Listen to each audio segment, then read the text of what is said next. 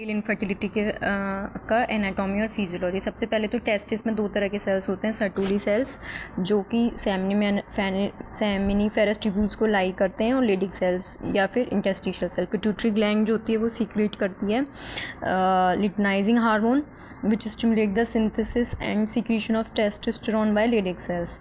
ठीक है, और एक एफएसएच सीक्रेट करता है which along with testosterone act on the Sertoli cells to stimulate the spermatogenesis in the seminiferous tubule. जो फॉलिकुलर स्टिमुलेटिंग हार्मोन होता है वो हमें पता ही है कि सर्टुली सेल्स पे स्पर्मेटोजेनेसिस कराएगा इन the seminiferous tubules. Fertile man जो होता है वो 100 से 200 million sperm every day produce करता है।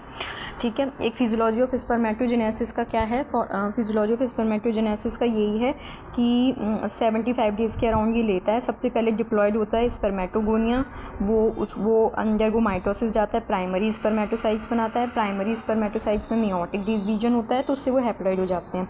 फिर जो स्पर्मेटिड्स होते हैं उसमें मॉर्फोलॉजिकल चेंजेस होते हैं, जैसे कि condensation of nucleus, formation of flagellum, formation of acrosome. तो वो स्पर्मेटोजोआ में by the process of spermiogenesis change हो जाते हैं। ठीक है, द टोटल पीरियड जो होता है स्पर्मेटोजेनेसिस का कि from the stem cells to mature and मेटालिस्म तक अबाउट 90 दिन होता है। ठीक है, फिर जो आफ्टर ड्यूरिंग इजैकुलेशन क्या होता है कि जो मैच्योर स्पर्मेटोजोआ हैं वो they are released from vasa deferens along with seminal plasma which is composed of secretion from prostate, seminal vesicle and bulbourethral gland। Seminal vesicle में जो कंटेंट होता है वो शुगर फ्रक्टोज होता है न्यूट्रिशन के लिए स्पर्मेटोजोआ के, और उसमें साथ साथ प्रोस्टाग्लैंडिन और बाइकार्बोनेट्स भी होते हैं। प्रोस्टैटिक फ्लूइड में प्रोटीएजेस होते हैं जो कि उसके लिक्विफिकेशन में काम आते हैं। और जो रिलीज़्ड होगा स्पर्मेटोजोआ जो रिलीज़ होता है वो undergoes capacitation in the cervical mucus by removal of the inhibitory mediators. ठीक है, और कैल्शियम आयन इन्फ्लक्स होता है to make them competent enough to fertilize the ovum. जो स्पर्मेटोजोआ होते हैं वो फैलोपियन ट्यूब में पहुंच जाते हैं पोस्टीरियर फोनिक्स से विद इन द 2 मिनट। ठीक है, और फिर उसके बाद जैसे ही वो वहाँ पे पहुँचते हैं ओवा के पास एक्रोजोम रिएक्शन होता है तो वो स्पर्म बाइंड करते हैं, पेनिट्रेट करते हैं जोना पेलोसिडा को। फिर स्पर्म एंड ओवा फ्यूज़ होते हैं और स्पर्म ओवा फ्यूज़ होते हैं और जोना पेलोसिडा हार्ड हो जाती है कि उससे कि फर्दर पॉलीस्पर्मी ना हो। ठीक है, तो इसका मैकेनिज्म यही रहता है कि टेस्टिस में बनते हैं ये, टेस्टिस में मतलब बनेंगे अपने स्पर्म। फिर ये यहाँ से वास डिफरेंस से होते हुए फिर यहाँ से प्रोस्टैटिक सीक्रेशन सेमाइनल वेसिकल्स के सीक्रेशंस आएंगे, प्रोस्टैट ग्लैंड और सेमाइनल वेसिकल्स के सीक्रेशंस आएंगे, और फिर यहाँ से होते हुए यूरेथ्रा से होते हुए इजैकुलेट हो जाएंगे।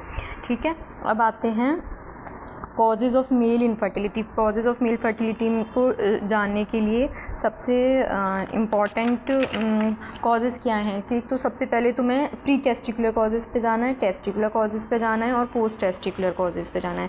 प्री टेस्टिकुलर कॉजेज़ यानी कि at the level of hypothalamus, at the level of pituitary, at the level of gut gland, psychological factors, obesity, ये सब आ जाएगा इसमें।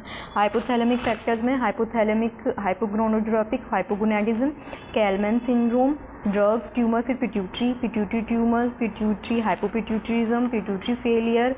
ठीक है, granuloma, tuberculosis in pituitary, hyperprolactinaemia हो गया। फिर दूसरे ग्लैंड आएंगे thyroid, adrenal gland, hypothyroidism, diabetes mellitus, adrenal gland disease, hepatic disease and हाइपरप्रोलैक्टिनिमिया। फिर साइकोलॉजिकल फैक्टर्स आएंगे, ओबेसिटी आएगा, erectile dysfunction due to increase estrogen from the peripheral conversion. फिर आएंगे टेस्टिकुलर कॉजेज़ पे।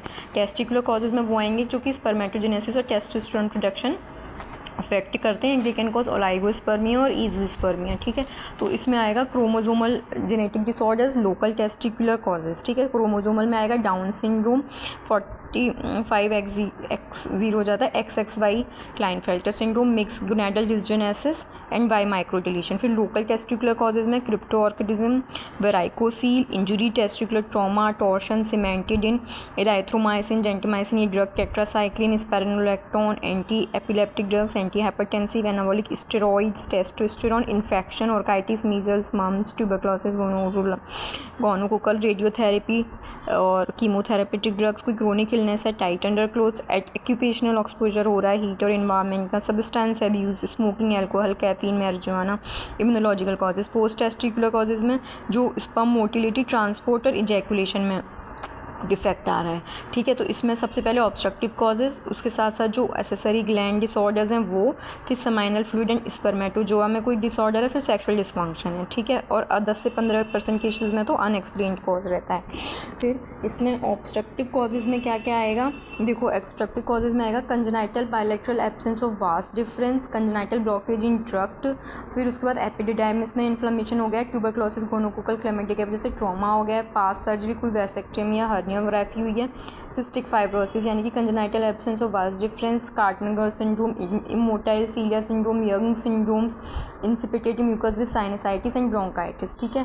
फिर एसेसरी ग्लैंड्स यानी कि प्रोस्टेटाइटिस एंड वेस्कुलाइटिस, ठीक है। फिर उसके अलावा seminal fluid and spermatozoa disorders, anti sperm antibodies, acrosome defect हो गया है, ठीक है। लो फ्रक्टोज है सेमाइनल फ्लूइड में, और oocyte फ्यूजन डिफेक्ट है, जोना प्लस्टिडा बाइंडिंग या पेनिट्रेशन डिफेक्ट है, पुअर या नो स्पर्म मोटिलिटी है, sexual dysfunction, too few coitus, erectile dysfunction, impotence, hypospadias, loss of libido, ठीक है।